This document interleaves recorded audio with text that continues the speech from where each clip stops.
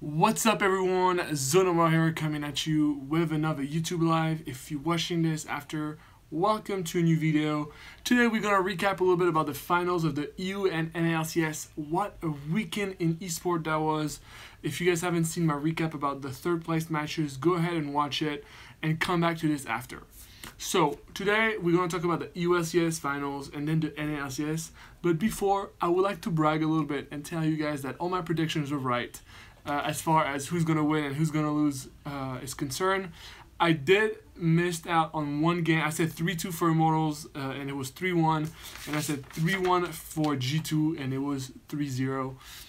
I'm sorry. Like I should have known. So of course, guys, this was a very interesting weekend. I'm very happy about my prediction because I'm not a pro EU LCS guy. But I'm happy I was able to figure this out and just take some chances into saying who's gonna win or not. So let's start by the EU LCS guys with Misfits facing G2 Esports. Honestly, guys, I'm a little disappointed into this finals. I thought it was kind of boring. I want to say it was very one-sided. And we had a lot of expectation from Misfits, but they really they weren't there. There was a high expectation on Hensama, the French guy, who even Reckless told he was really good. And we unfortunately didn't get what we wanted. He couldn't really express himself, to be honest. Like, he couldn't do shit. So I'm not going to blame him. I'm not going to say he performed bad, but he didn't do anything crazy. He didn't take a lot of risk. But his picks didn't really allow him to express himself. I think he played Xayah twice. And the first game, I don't remember, but I don't know. He really couldn't express himself that. Oh yeah, he played Draven, sorry, for the first game. First game, Draven. So he played Xayah, and Draven. Draven started really well, but after, he was not good enough, and he couldn't really pull it off. So Misfits, all the three games were really about the same. Misfits has this problem of transitioning into team fights. The laning phase is usually very clean. The jungle Max Thor is actually super good in early game. He really is, he was a pain to trick. He always wanted to counter jungle, take advantage, take those early points and early pressure, and that was really impressive.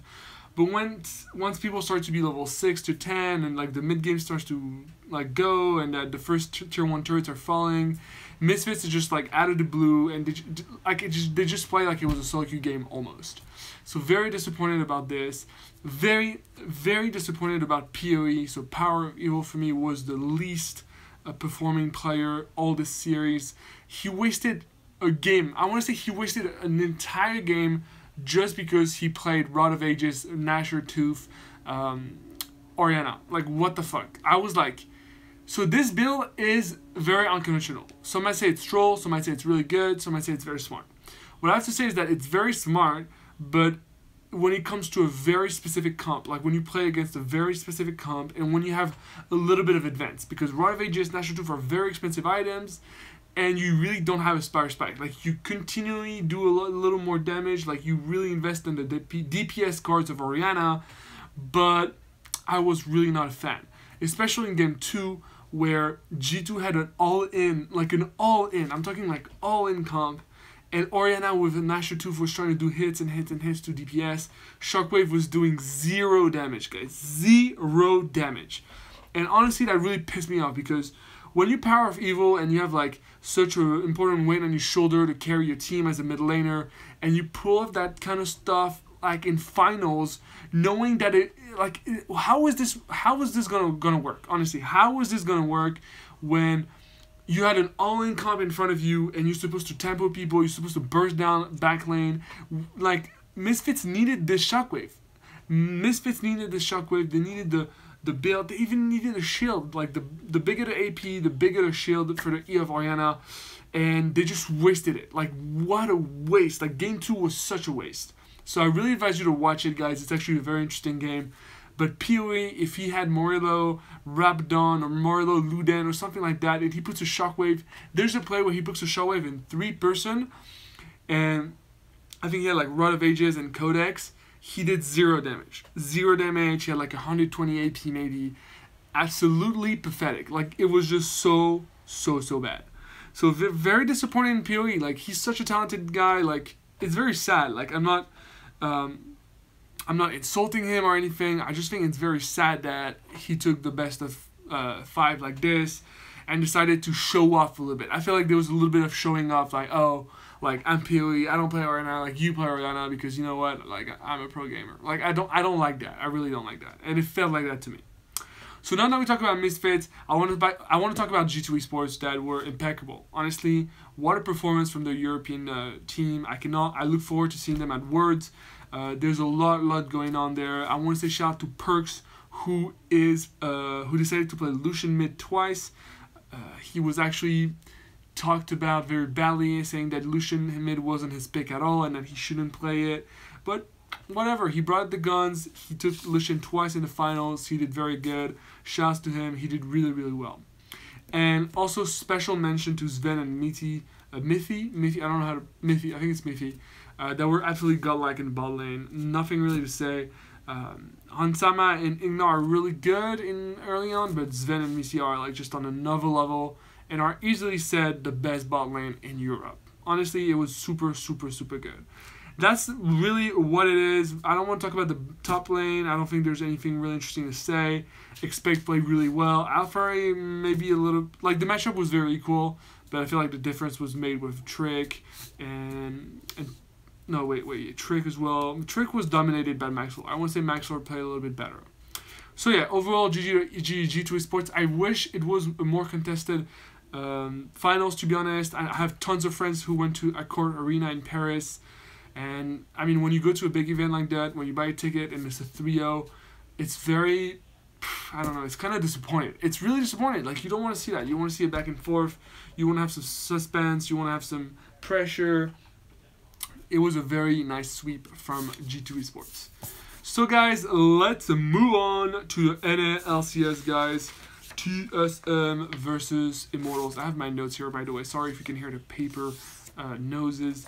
So, TSM won 3-1 against Immortals. Very interesting composition. I did not see the first game, unfortunately, because I just couldn't. But I saw the last 3, which really what matters. It was super interesting. I just want to talk about TSM real quick. First of all, I want to talk about Hanser, who confirmed, I want to say, who even pushed the fact that he is the best top laner in North America. I have no trouble saying that. He performed so well. His Gnar was really nice. And all the other picks he put up, like just his overall game knowledge and mechanical skills is very impressive. And I'm really happy to see him step up that much. I think it's so interesting. The next thing I want to say is that I want to give a shout out to the Svenskeren and Bjergsen synergy. I talked about this on my prediction video that this synergy is going super far and it's just really nice. And this best of 5 was all about the Bjergsen Svenskeren machine. And honestly, props to them. It was so impressive. Svenskeren, on his comfort pick, like he didn't have any trouble in draft. Comfort pick for Svenskeren. Bjergsen, he can play anything, so whatever, you know what, I'm just saying whatever because this guy, you can't really ban Bjergsen. He will play anything at a very high level. But overall, the movement from Bjergsen and Svenskeren was very impressive.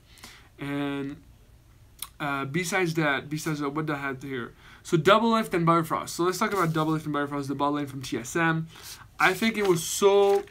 They were not that good in lane, honestly, guys.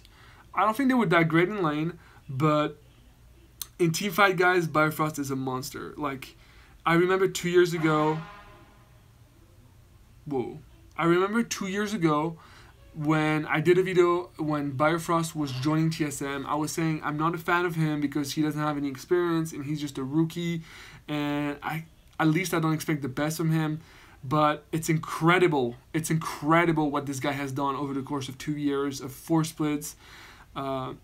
I personally think he deserved the MVP. They give it to Bjergsen. I don't know, man. Like, you always give it to Bjergsen, Riot. Can you not just, like, make a move and give it to a support player? It would mean a lot to all the support gamers out there, and it would mean a lot to him as a rookie to just get the MVP. Bjergsen has been MVP so long. Like, does he need another one? Like, come on, Riot. Like, listen up. Besides that, guys, I was talking about Doublelift and Bifrost, saying that their laning thing still needs work. but the team fight and what they do in team fight is absolutely insane. Like if you have a friend that is a supporter in ADC and you play together, watch this best of 5 and just watch how Bjergsen, Doublelift and Bifrost play together, and you will be so impressed. It's in the details that you see things. Like it's like Doublelift has such a good hit and run. I think Doublelift has one of the best kiting in the world. His way of kiting people is really nice, and he's just a smarter player. He's just a smarter player, guys. So besides that, I mean, I wonder, should I talk about Immortals, guys? Because I don't really know what to say. Like, they played well. I want to say, first of all, the bot lane of Immortals did really well. That's nothing that I can deny. Their bot lane in the laning phase was very strong, but besides that, Flame wasn't really there. I mean, he did well, but he didn't carry. Xmisi tried his best to do anything, but Svenskeren is just a machine, and it's hard to win against that. Pobelter is super talented. I can feel that Pobelter will be one of the greatest mid laner in NA. I mean, not that he already isn't. Like, he's very good and very talented, and obviously he's number 2 in NA. But this guy, I can feel that he will only get better. That's what I'm trying to say. Like, Pobelter will only get better. He kind of reminds me of Shifter when he comes into the league. Shifter retired, but I had so much hope in Shifter. Like, I'm still a fan of him. Like, I still think that he could be a pro gamer if he wanted to. But he's now a full-time streamer. So yeah, that will be it for my recap of day 2. So the finals, the first place. For a reminder, guys, TSM won their 4th title in a row. MVP was Bjergsen, 3-1 against Immortals in Boston. I wish I was there, man. I have to attend events, man. Like, I wish I had the money for plane tickets, but I would love to go to events and just vlog it and just share the experience with you, because it sounds like a magical moment. Honestly, it sounds so much fun. And the last, guys, LCS Misfits against G2 Esports. G2 Esports sweeping Misfits 3-0. Very disappointed by Misfits, guys. And honestly, what a shame that was the final. I kind of wish that, I don't know, I kind of wish that Fnatic won against Misfits and we could have seen a Fnatic G2. That would have been super interesting, but you get what you get, man. So yeah, thank you so much for watching this live or this video, guys. I wish you an amazing day. Take care, and I'll see you in about, I'll see you tomorrow for another video. But the new esport event is going to be the Gauntlet for Words. So the last chance for 4 teams. I think it's I don't remember the team name. I think it's UL, Splice, Fnatic, and H2K. I don't know. There's some, like, the Gauntlet is happening in 1 or 2 weeks. So we'll see who qualifies for Words as the seed 3 for EU and NLCS. Thank you so much for watching, guys. I'll see you for the next one.